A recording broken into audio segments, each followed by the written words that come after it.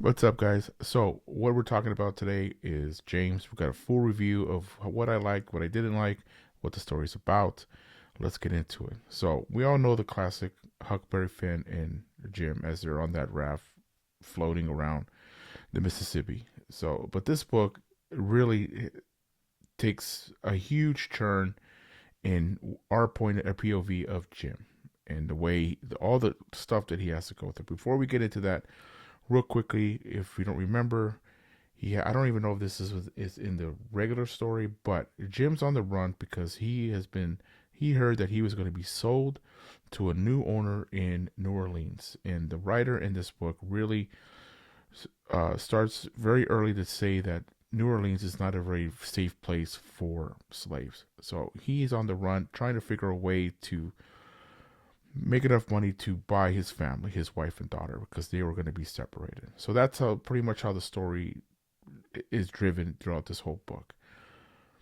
What I liked about this book was the interactions between Huckleberry and Jim. The conversations they had on the raft slash canoe, throughout the book, where they're in the woods with trying to eating catfish all day, catching catfish away. The interactions between them was great. I also like how like the writer put pushes you throughout this book, but you already kind of know what's happening. Like for example, when they go to that shack in the woods and Jim sees a body laying there, and he tells Huck to leave because he didn't want to see the body. We all know that that's Huckleberry's father that's dead there, but the writer doesn't let us know until a couple chapters later. I like how he doesn't. Oh, that is Huckleberry's father. No, he lets us kind of like remember the classic into going into this new adventure. I really enjoyed that part.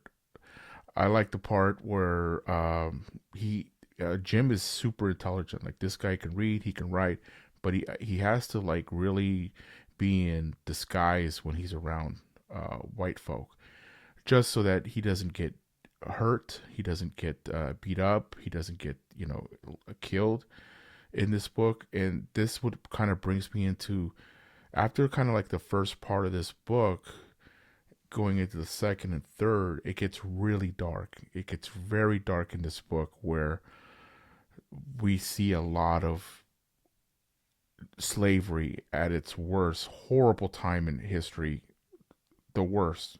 And we see Jim being passed around from owner to owner. We see a lot of murder. We see a lot of whippings. We see a lot of hangings. We see a lot of rape.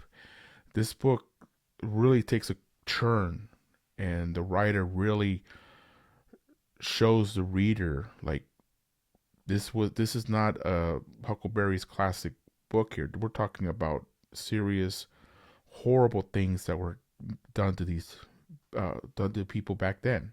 But you see that Jim really is focused on trying to get his family back. So it always goes from the really bad, and then he's driving through trying to do whatever he can to get his family. So things I didn't like about this book were the big reveal between our main characters. I kind of felt that it really didn't do anything. Like it didn't really there wasn't the shock value was great, but the kind of the impact of the for the entire rest of the book didn't really do anything between Jim and Huck. Don't know why the writer did that.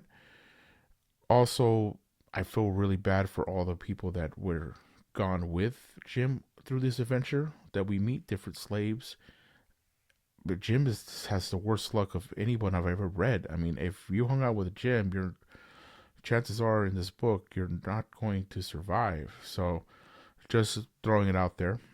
Other than that, this book was great. This is like a 4.8, almost a 5. Like this book ran really well. It's about 350 pages, and it just smoothly flowed down the Mississippi. You see what I did there?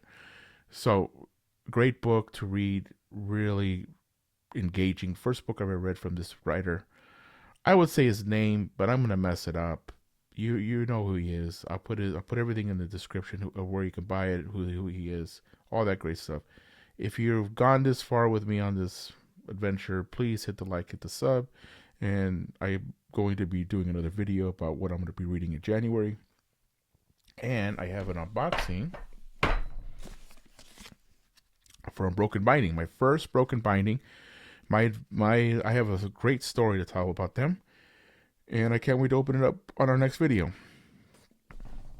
Other than that, I'll catch you guys later.